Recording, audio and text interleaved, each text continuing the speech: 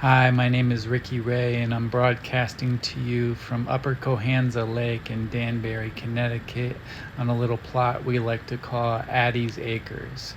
I'm going to read 4 poems for you today. 2 of them are about climate change, and 2 of them are about dogs. Something we were supposed to do. White is the wound of history crying itself to sleep, denying it in the morning that gives violence too long on stage. We look at one another and see the ashes billowing up and out from under the eyelids. A boy turns to fire. A girl breaks and no one wants to touch her, and when someone does, she doesn't want to cut them, and when she does, they bleed. The trees twist in a wind that won't let them grow straight, and our lives look less and less edible. Even the bears sniff the air and run away. We live longer and call it progress. We perfect ruin and call it dominance. We subsist on crumbs of loneliness, and as the species disappear in droves, we nod our heads and tell ourselves there was something we were supposed to do.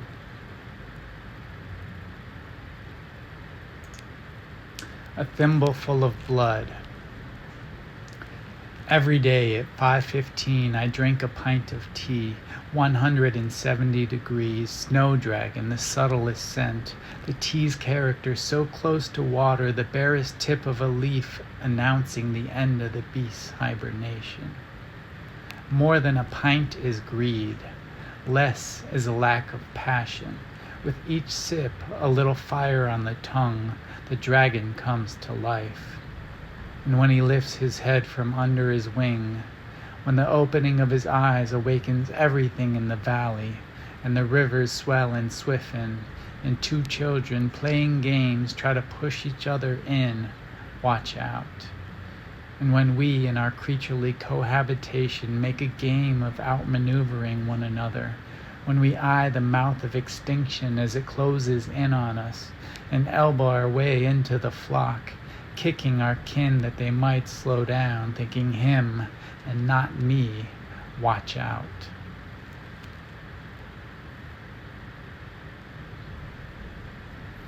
When to reveal is told by an old brown dog, which is Addie.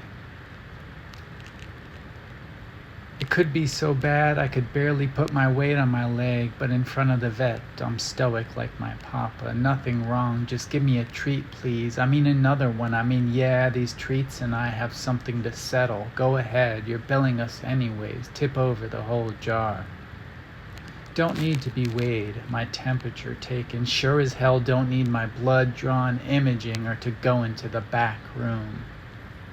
I could pick this building out of 200 by a quick sniff at the stoop. It's not so bad. The elevator smells and there's urine everywhere, but those are the joys a long nose lives by. At home, though, I tell my papa, it hurts, I don't feel so well. Help me on the bed, please. It's midnight, but I can't hold it. This aging thing's a hell of a way to spend a dog's accumulated wisdom. Or maybe it's some trickster's prep course that all creatures flunk on the way to meeting their mama's maker. Everything won't be all right, let's not lie, it never was, but another treat and more where that came from. A roll in the grass and a nap in the sun.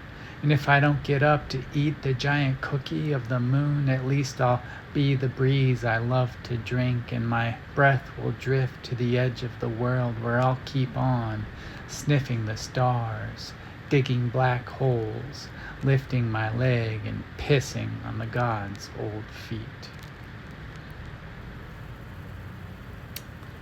The end of my brother.